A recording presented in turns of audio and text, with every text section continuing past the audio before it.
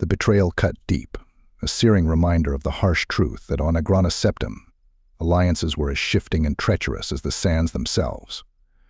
But there was no time for recrimination or regret. The team's very survival hung in the balance. Evasive maneuvers, Arra barked.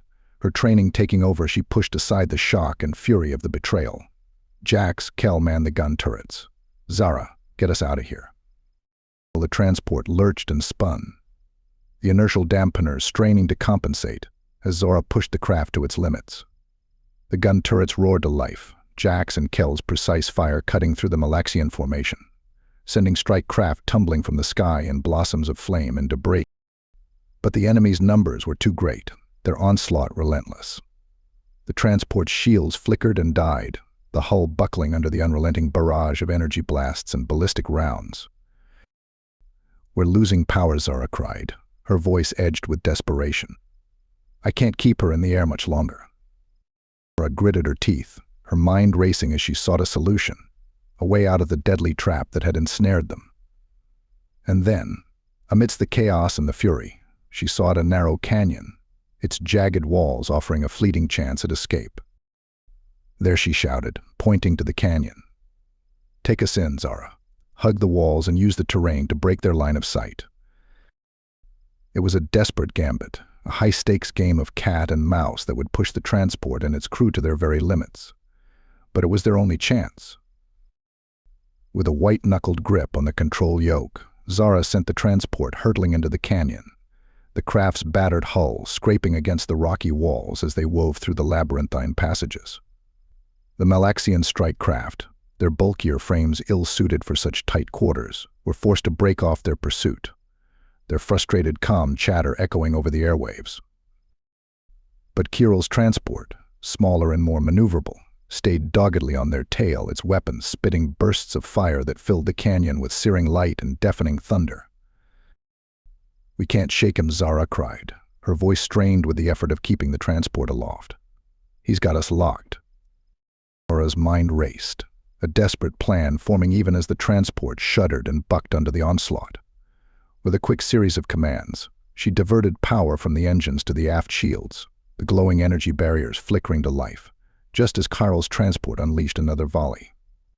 The gambit worked. The shields held just long enough for Zara to execute a daring maneuver, the transport corkscrewing through a narrow gap in the canyon walls and emerging into open sky, leaving their pursuers momentarily lost in the maze of rocky passages. As the team's ragged cheers filled the cockpit, Arra felt a grim sense of determination settle over her. They had survived the ambush, but the betrayal had left its mark, a searing reminder of the harsh realities of their mission. Trust, it seemed, was a luxury they could ill afford on Agrana Septim. The only bonds they could rely on were those forged in the crucible of battle, the unbreakable ties that bound them as comrades, as family. And as the battered transport limped its way back to their temporary refuge, the weight of that realization hung heavy upon them all. The path ahead would be fraught with peril, the enemies arrayed against them as numerous as the stars themselves. But they would face those trials together, united by the unbreakable code that had guided them through the darkest of times. No one gets left behind. In the aftermath of the harrowing ambush, Arra's team found themselves back in the relative safety of their temporary base, licking their wounds and grappling with the bitter sting of betrayal. The once bustling mining outpost now seemed eerily quiet, the weight of their brush with death hanging heavy in the recycled air. As Ayla tended to the team's injuries, her deft hands stitching gashes and applying salves with practiced precision, Arra found herself wandering the abandoned corridors, her mind churning with the events of the past few hours. It was there, in the shadowed recesses of the outpost's dilapidated mess hall, that she found Marcus.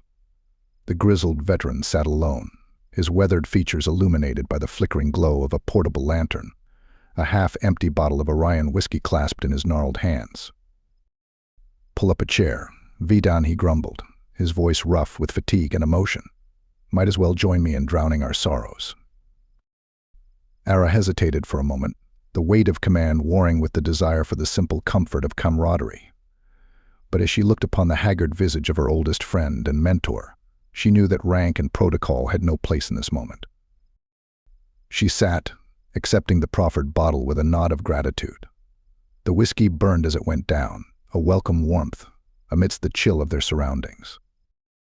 For a long moment they sat in silence, the only sound the distant hum of the outpost's life support systems. And then, with a heavy sigh, Marcus began to speak.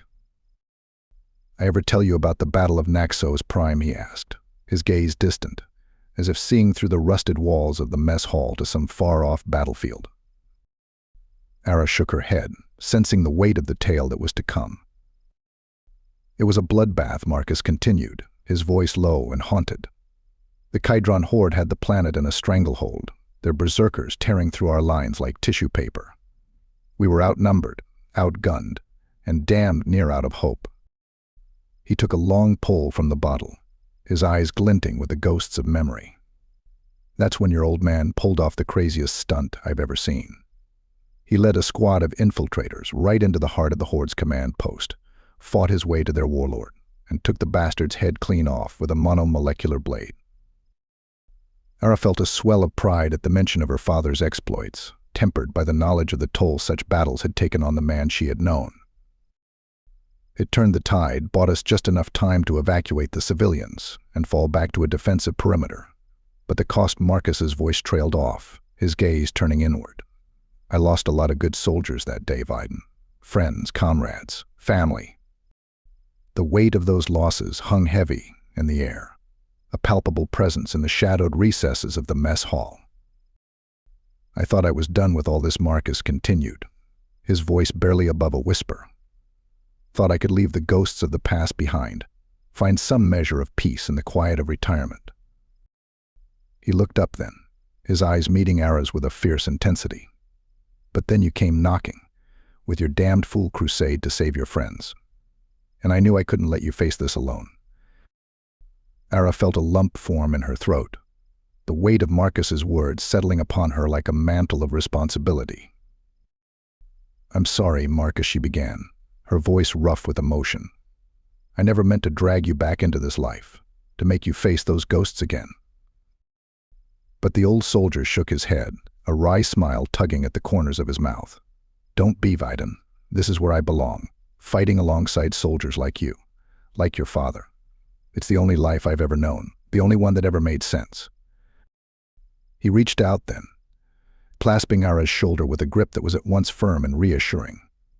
"We'll get through this, kid. We'll find your friends, and we'll make the bastards who took them pay. And then—" His voice trailed off, the unspoken promise hanging in the air between them. And then, perhaps, they could both find the peace they sought, the solace of a life beyond the battlefield. But for now they had a mission to complete, a debt of honor to be paid. And as Arra looked upon the grizzled visage of her mentor, she knew that she could face whatever trials lay ahead, secure in the knowledge that she did not face them alone.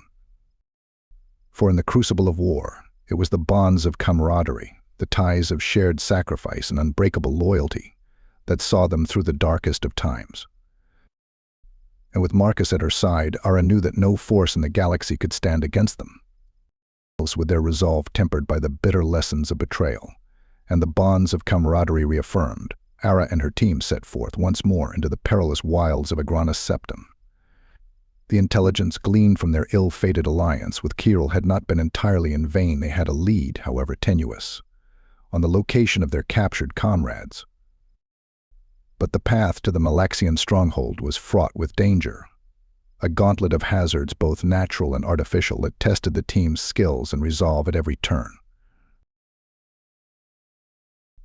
I hope you enjoyed the story so far.